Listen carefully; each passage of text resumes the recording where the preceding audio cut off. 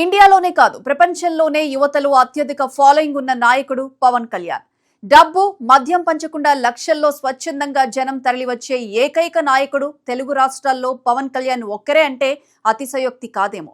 ఆ స్థాయి అభిమానులు పవన్ కు మాత్రమే సొంతం. మరి పవన్ కళ్యాణ్ అభిమానులు ఇప్పుడు కీలక దశలోకి అడుగు పెడుతున్నారా? సినిమా క్రేజ్ ను ఓటు శక్తిగా మార్చే సమయం వచ్చిందా? ఎమోషన్ తో కేకలు వేసే అభిమానులు లాజిక్ తో ఓటు వేయగలరా? ఇప్పటి వరకు కనిపించిన ఫ్యాన్స్ ఓటర్స్ గ్యాప్ ఇప్పుడు తగ్గుతోందా? జనసేనకు ఇది నిజంగానే టర్నింగ్ పాయింట్ కానుందా?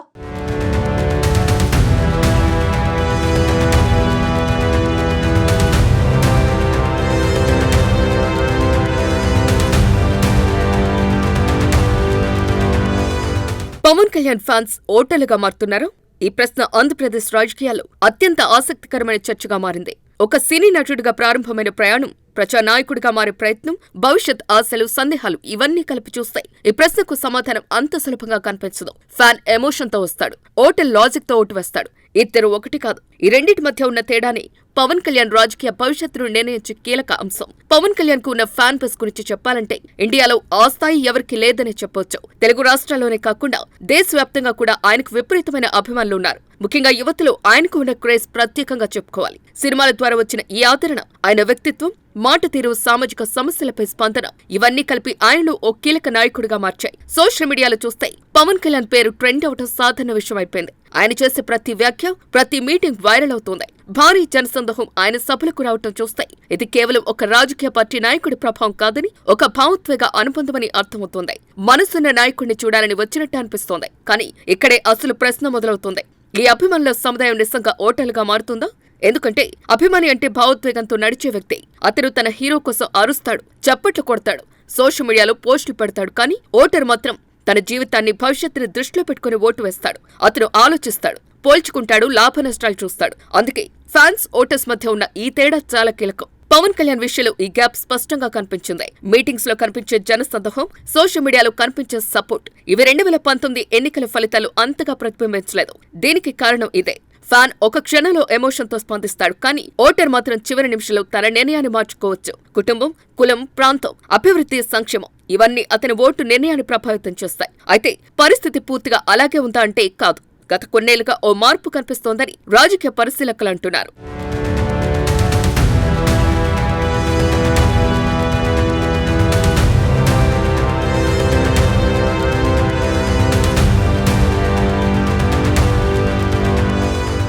పవన్ కళ్యాణ్ ఫ్యాన్స్ లో రాజకీయ అవగాహన పెరుగుతోంది. కేవలం సోషల్ మీడియాలో పోస్టులు పెట్టడం కాకుండా గ్రౌండ్ లెవెల్లో కూడా యాక్టివిటీ పెరిగింది. కొన్ని ప్రాంతాల్లో యువత స్వచ్ఛందంగా పనిచేయటం, పార్టీ కార్యక్రమాల్లో పాల్గొనటం, ఓటర్లను కన్విన్స్ చేయటం వంటి చర్యలు కనిపిస్తున్నాయి. 2024 ఎన్నికల్లో ఓట్ల శాతం పెరగటం కూడా ఈ మార్పుకు సంకేతంగా భావించొచ్చు. ఇది ఒక మంచి సూచన అయినప్పటికీ ఇంకా చాలా దూరం వెళ్లాల్సి ఉంది. ఎందుకంటే ఫ్యాన్ బేస్ ఎంత పెద్దదైనా అది ఓటర్లుగా మారకపోతే రాజకీయ విజయం సాధ్యం కాదు.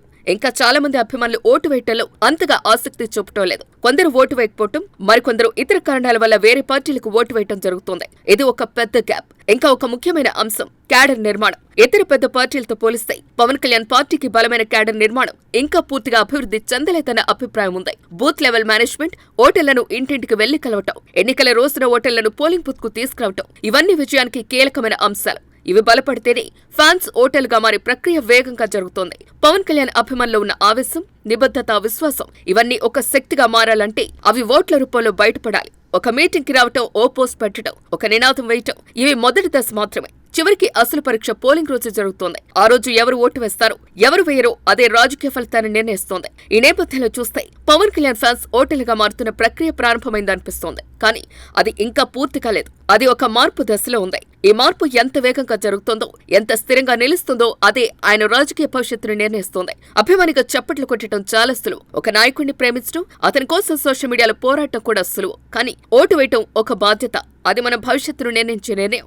ఆ బాధ్యతను అభిమానులు స్వీకరించిన రోజే ఫ్యాన్ బేస్ ఓటు బ్యాంక్ గా మారుతోంది. ఆ రోజు వచ్చినప్పుడు మాత్రమే నిజమైన రాజకీయ మార్పు ప్రారంభమవుతోంది. పవన్ కళ్యాణ్ అభిమానులు మొత్తం ఓటర్లుగా మారితే ఏపీలో రాజకీయ సమీకరణలు పూర్తిగా మారిపోవటం ఖాయం. ఇప్పటి వరకు కనిపించిన జనసేన ప్రయాణం ఒక భావోద్వేగ తరంగంలో ఉన్నా అది ఓట్ల సునామీగా మారే దశకు చేరుకుంటే పరిస్థితి పూర్తిగా వేరేలా ఉంటుంది. ఆయన అభిమానులు పూర్తిగా ఓటర్లుగా మారితే ఎన్నికల ఫలితాలు పూర్తిగా మారిపోతాయి. అనేక నియోజకవర్గాల్లో గెలుపు సమీకరణాలు మారిపోతాయి. మొత్తం మీద ఒక సునామీలా ప్రభావం ఉంటుంది.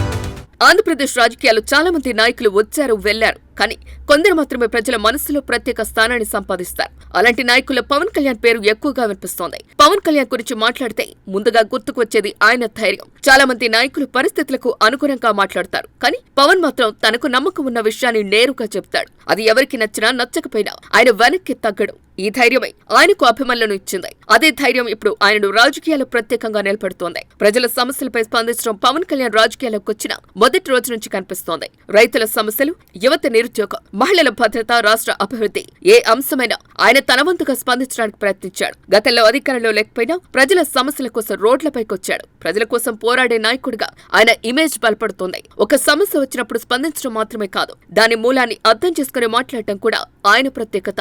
ఒక నాయకుడి మీద ప్రజలకు నమ్మకం పెరగటం అంటే అది పెద్ద విషయం. పవన్ కళ్యాణ్ విషయంలో ఆ నమ్మకం ఏర్పడుతోంది. ఆయన మాటల్లో ఉన్న నిజాయితీ, ప్రజల కోసం చేసే ప్రయత్నం, ఇవే ఆయనకు బలం. ఇవే ఆయనను భవిష్యత్తులో మరింత పెద్ద స్థాయికి తీసుకెళ్లే అవకాశాలు కలిగిస్తున్నాయి. చివరిగా చెప్పాలంటే ఆంధ్రప్రదేశ్ రాజకీయాల మార్పు గురించి మాట్లాడినప్పుడు ఆ మార్పుకు దారితీసే నాయకుల గురించి కూడా మాట్లాడాలి. ఆ జాబితాలో పవన్ కళ్యాణ్ పేరు ఎందుకు వస్తుందో అర్థం చేసుకోవాలంటే ఆయన ప్రయాణాన్ని చూడాలి. అది కేవలం రాజకీయ ప్రయాణం కాదు, ఒక నమ్మకం కోసం జరుగుతున్న పోరాటం. ఆ పోరాటం ఎంత దూరం వెళ్తుందో కాలమే నిర్ణయిస్తోంది.